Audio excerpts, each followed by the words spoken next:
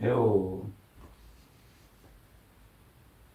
nasci na Evanga Misasa,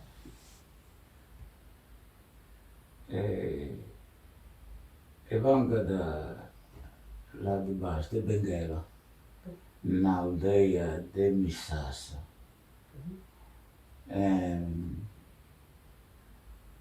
No dia 8 de agosto de 1933.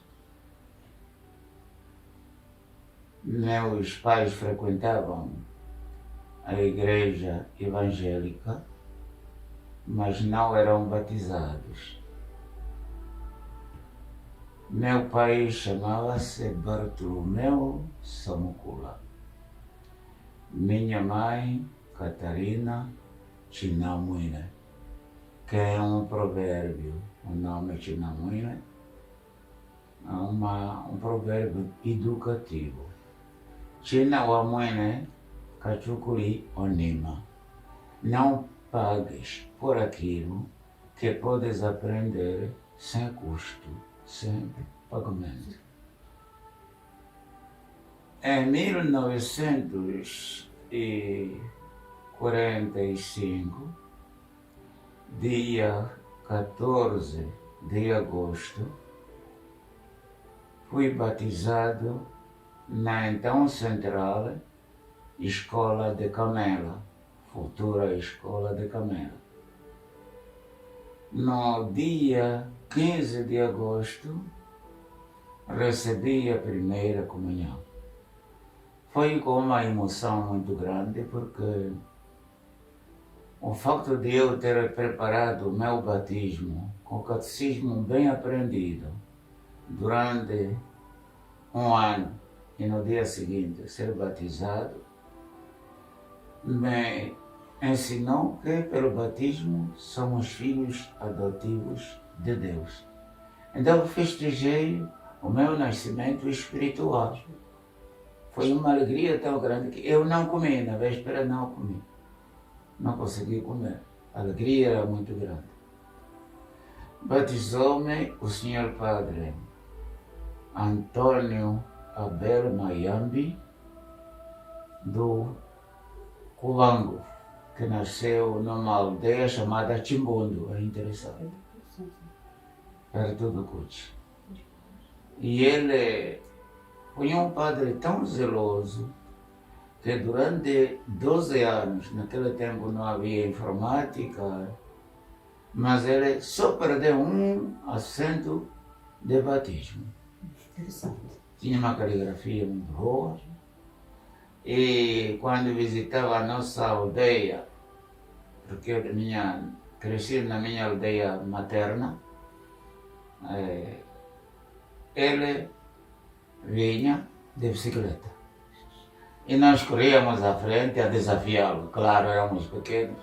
Então me lembro, enquanto estava a correr, caí, pequenito, e ele, cauteloso, desviou-se. E assim, como é que veio a minha vocação sacerdotal?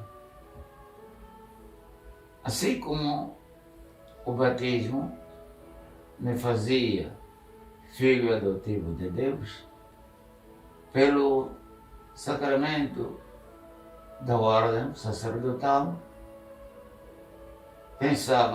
queria ser santo, porque pensei, o padre é amigo íntimo de Deus. E então concebi assim um sacerdócio. Sendo eu sacerdócio, amigo íntimo de Deus, salvar-me-ei e comigo também levarei para junto de Deus a minha família. Não pensava ser sacerdote da igreja, para um povo mais largo, mas era sacerdote para a santificação da família. O tempo veio esclarecer. Então depois, naquele tempo nosso, havia trabalhos forçados para os chamados indígenas, os pretos, não assimilados. que não renunciasse à sua identidade negra, nem aos seus nomes.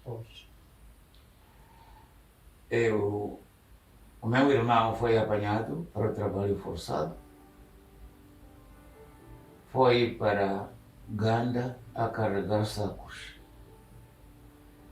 E eu era muito amigo dele. Então, acompanhei para Ganda. Lá estive, na senzala, na casa dele. O patrão, o capataz do carregamento dos sacos para o comboio, então acolheu-me como seu criado, seu empregadinho. Por mês ganhava 30 angulares. Quer dizer, por dia 1 angular.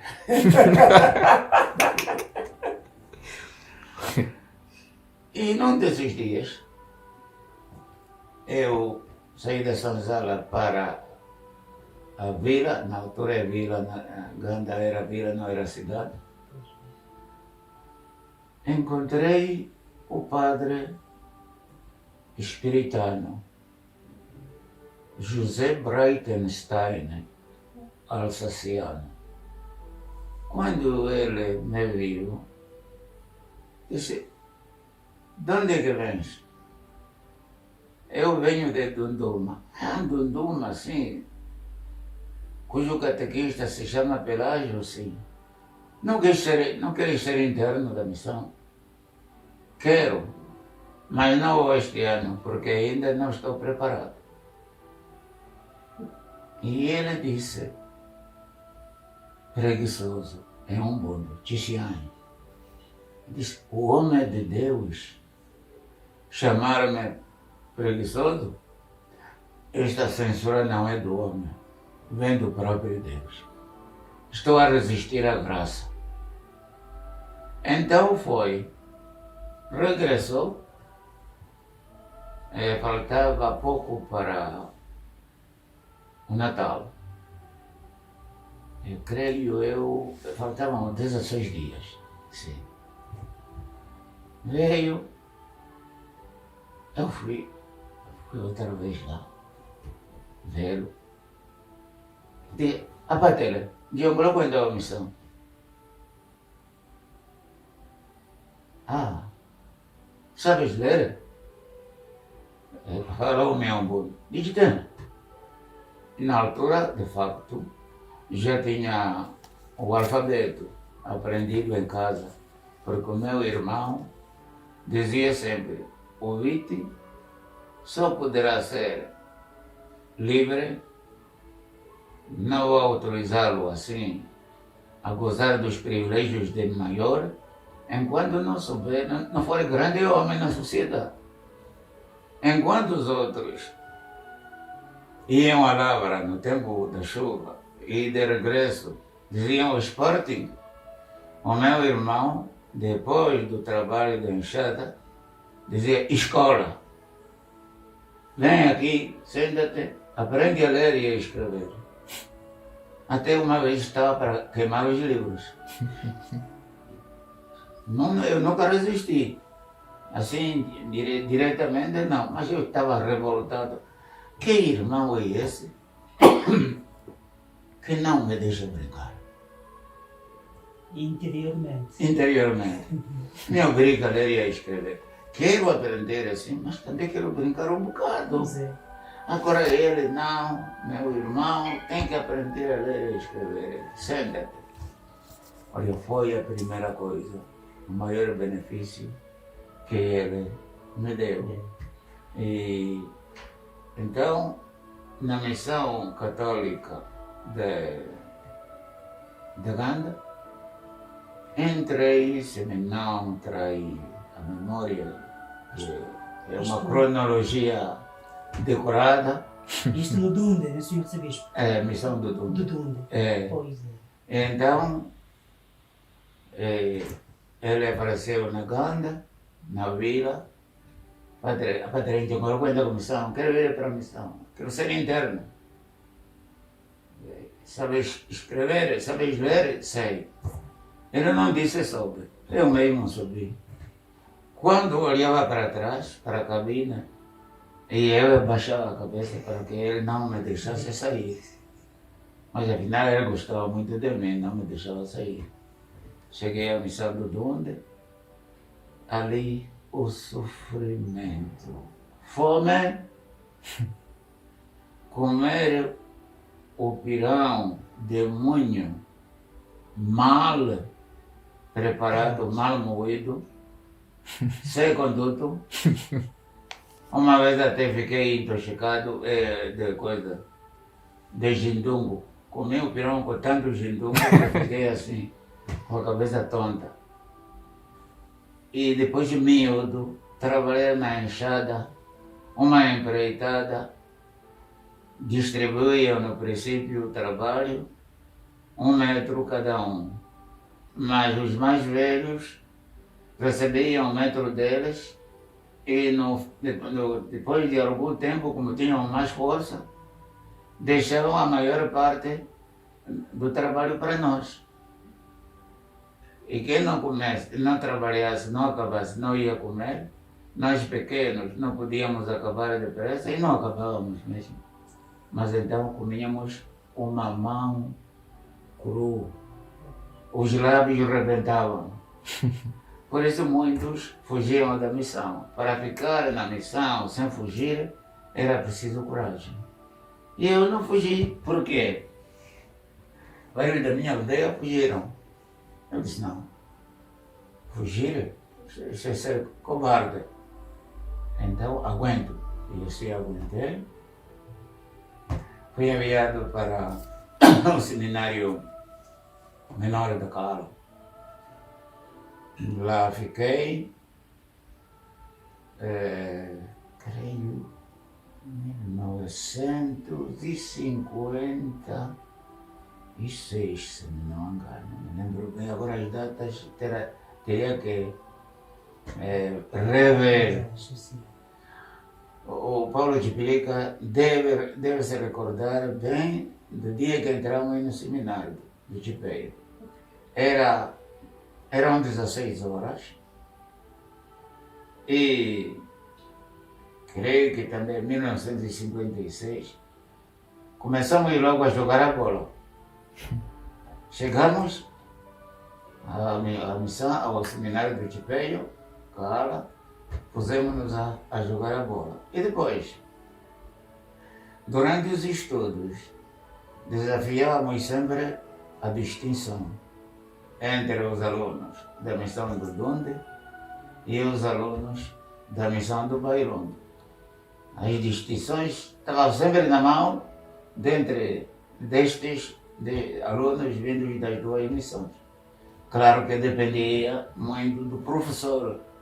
Nós tínhamos bons professores e o Bairondo também, e por isso os alunos, na maioria deles, eram distintos.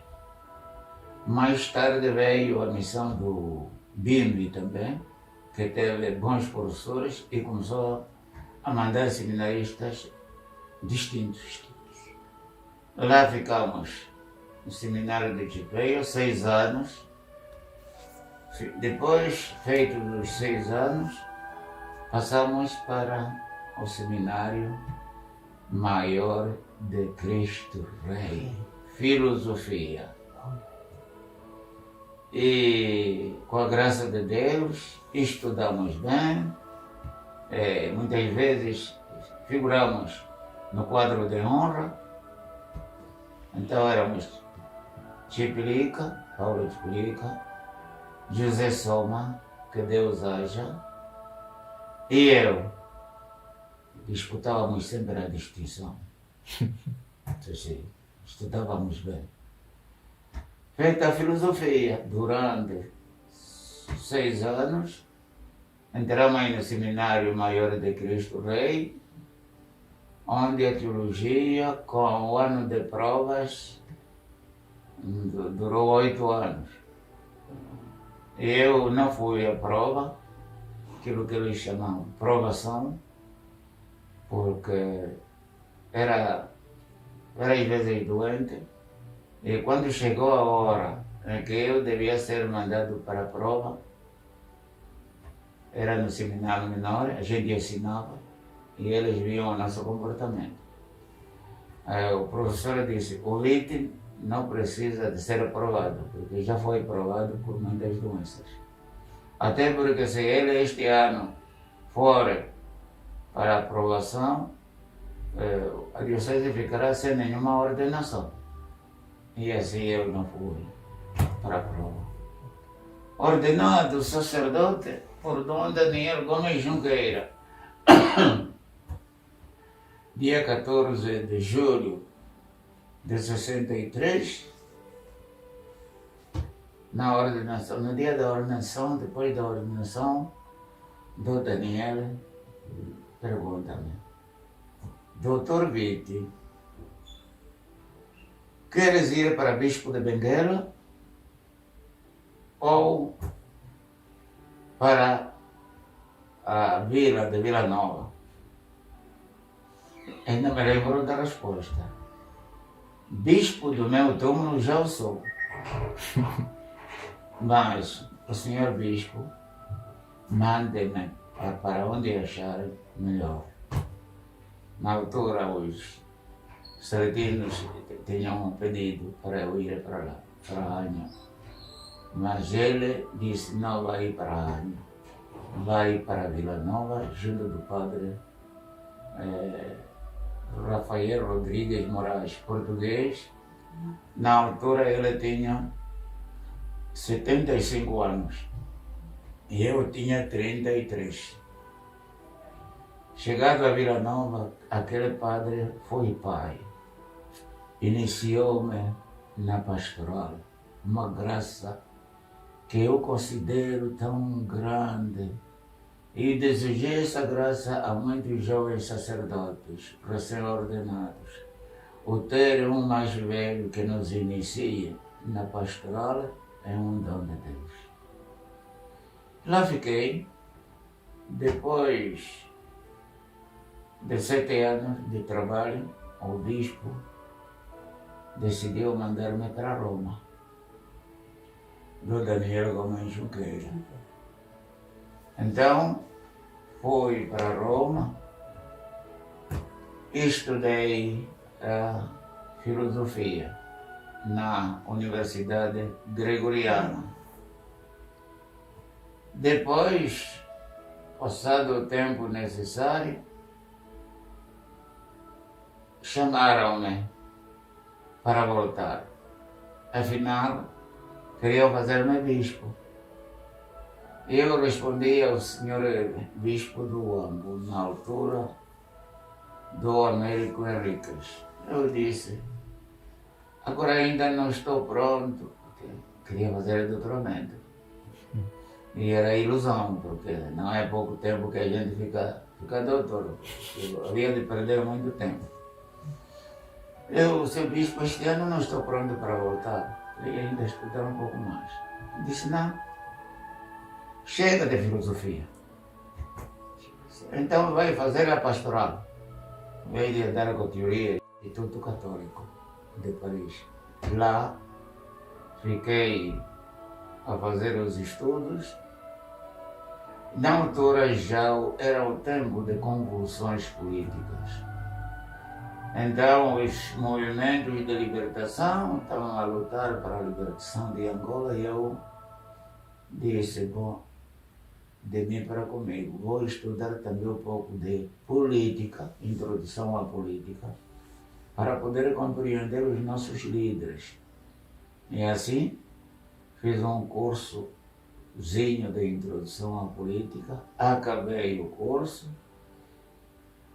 ao mesmo tempo acabei a minha formação catequética, o mais curioso que no exercício, num desses exercícios de pregação de homilia, eu escrevi a minha homilia. Quando? Sim. Sim, Sr. Arcebispo. Que visão o Sr. Arcebispo nos dá, nós agora como, não sei se podemos estar no carreira de bisneto, trisneto, não sei. Sim. Nós somos muito novos, mas da carga pastoral e experiência vocacional que o Sr. Arcebispo tem, carrega esse instrumento vocacional, não é? Eu queria que o senhor arcebispo, queríamos perguntar ao senhor arcebispo que avaliação faz, não é? O senhor arcebispo, entre os tempos passados, não é? Sim. Sobretudo quando Angola ainda estava em guerra, parecia que naquele tempo havia um fervor pela piedade mariana. Bom. Nós escutamos, de facto, nós que ouvimos assim, dos nossos pais, Sim. e muitos de nós aprendemos a rezar o terço Sim. em casa dos pais, na família, Exato. com os papás. Sim. Hoje, como hoje, senhor arcebispo, parece que é o contrário. Parece que já não notamos as famílias rezarem o terço. Sim. Não sei que avaliação o senhor arcebispo faz. Peço desculpa de falar da minha experiência, pequena experiência. A minha devoção a Maria não está só relacionada com as datas do batismo. Pois Foi mesmo experiência pessoal, pobre homem, pecador, mas cheio de boa vontade. Quando a minha mãe morreu, eu tinha 12 anos. Então, no dia que minha mãe morreu, como ela me consolou muito, não era cristã, mas depois pediu o batismo. Aliás, ela nunca foi contra o batismo. Foi uma mulher extraordinariamente sobrenatural. Acreditava na providência, peço desculpa de dar esses traços. A mãe é mãe. Uma vez atravessamos o rio Cuiva, vínhamos do lado chamado Livata para Xinjiang, do Nduma. Eram 16 horas e eu estava nas costas da mãe. E ela tinha um pé em terra e outro pé no rio. Respirou fundo e eu fiquei assustado. Saímos. Eu disse, mãe, por que tu respiraste tão fundo? Só a mãe que sou conjari, eu nem tenho a mão cabeceira. Deus é Pai, inclina somente, não despeja, permite o perigo, não abandona. Passamos por cima do jacaré. Foi assim que ela me ensinou o amor a Deus, a providência. Outro passo importante, quando ela morreu, no dia que morreu, como ela dizia, ia para o céu, ia para o paraíso, que eu não chorasse porque ela me assiste, eu festejei a morte dela como ida para o céu. Mas depois comecei a sofrer fome, chorei. Até que um dia, pelo caminho, a caminho das Lavras, disse, não devo chorar mais. Por quê? Perdi a mãe da terra, mas tenho a mãe do céu, Maria. Aí começou a minha devoção a Nossa Senhora. Enfim, pobre homem, mas até hoje, para mim rezar o terço é um hábito. Sozinho, ou com os outros, ou sozinho, pelo menos um terço por dia.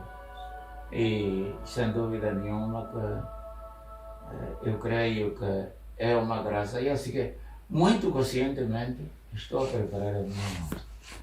Santa Maria, Mãe de Deus, vai por nós. É verdade. Os espiritanos também nos formaram muito na devoção a Maria. A congregação do Espírito Santo marcou-nos. Assim como, a seguir, a congregação dos saletinos. Os saletinos, quando entraram em Angola, entraram com uma força tal que alguns deles não sabiam falar português, mas sabiam bem falar Ubuntu. É verdade. Deram um grande impulso à evangelização, a estas duas congregações. E eu delas me sinto filho agradecido. É verdade.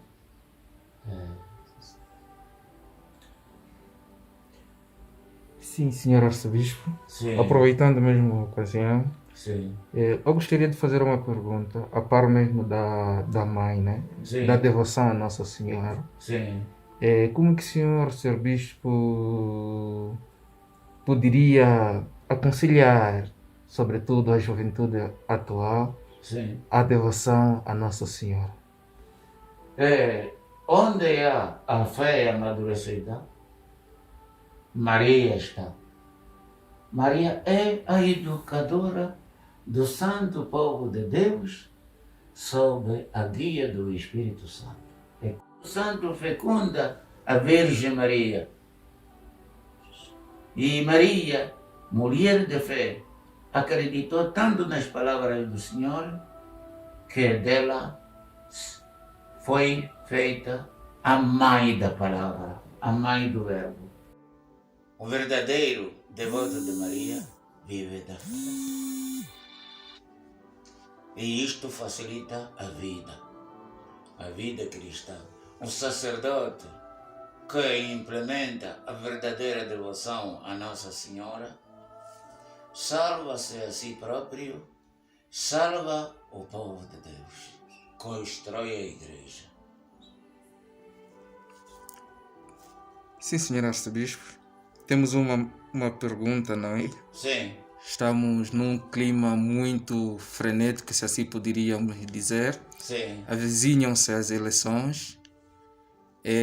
Como pastor, como homem de Deus, como aquele que acredita na providência e tendo Maria como Rainha da Paz, que mensagem o senhor arcebispo poderia deixar, uma mensagem assim de paz e de justiça, não é? Aos angolanos? A minha palavra de mais velho, embora não pretenda saber tudo sobre as eleições, é a seguinte: Angola é nossa mãe. Pequenos e grandes são filhos, não são donos dela. Portanto, nenhum partido se deve considerar proprietário do poder, mas devem ser todos filhos dedicados à paz, ao bem-estar e à união de todos, pequenos e grandes. Se formos para as eleições com esta mentalidade, evitaremos atentados contra pessoas, evitaremos provocações de grupos que fazem comício e os outros vão também atiçar e depois começa a haver mortes. Quem proceder assim, no meu entender, não é digno de governar. Aquele que provoca confrontações entre partidos e que faz confusão durante os comícios devidamente e ordeiramente organizados, então não merece ter o poder. Queremos o que nos una. Tudo passa. Os governantes bons passam e deixam um bom nome. Os governantes tiranos passam sob o nome maldito. Mas queremos a bênção, não queremos a maldição de ninguém. Todos merecem a vida, pequenos e grandes. Todos têm direito de dar o melhor de si para a construção da pátria. O monopólio do poder é a esterilidade da ação social, da caminhada da pátria. Muito obrigado, senhor arcebispo. A ocasião faz ladrão. Desculpe mesmo, só uma questão, não é?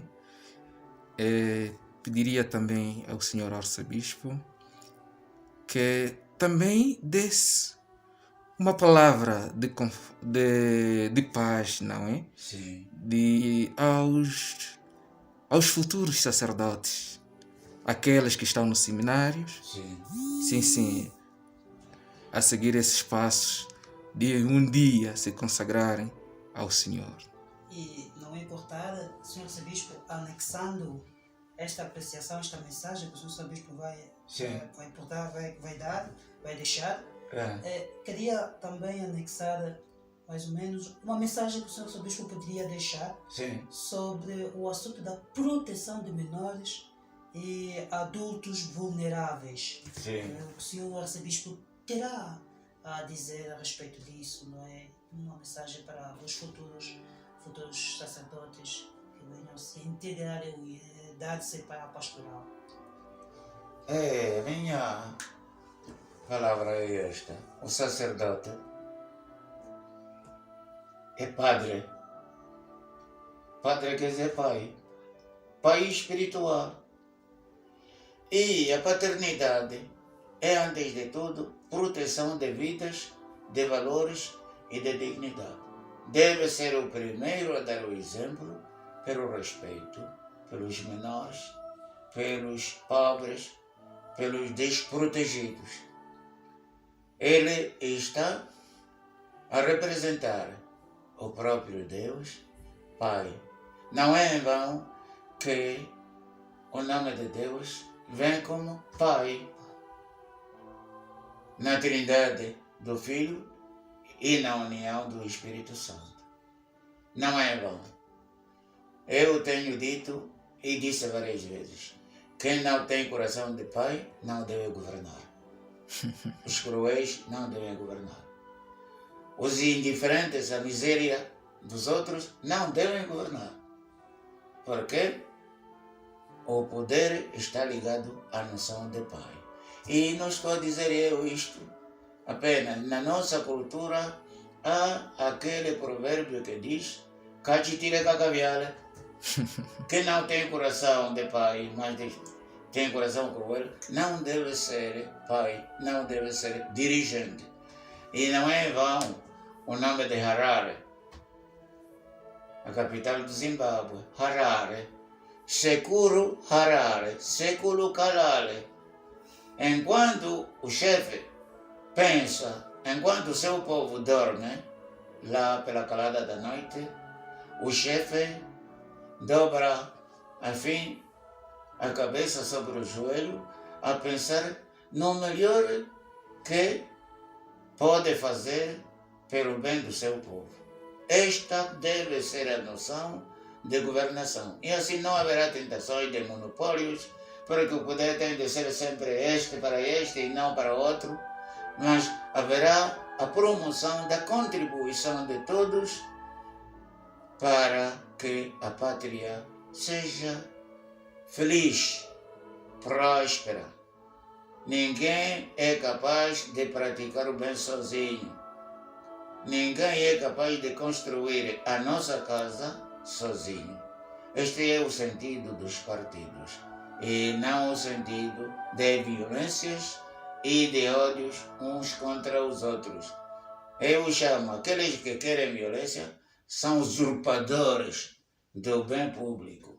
Não merecem mandar, mas todos na paz, cada um naquilo que pode, contribua para a edificação da pátria.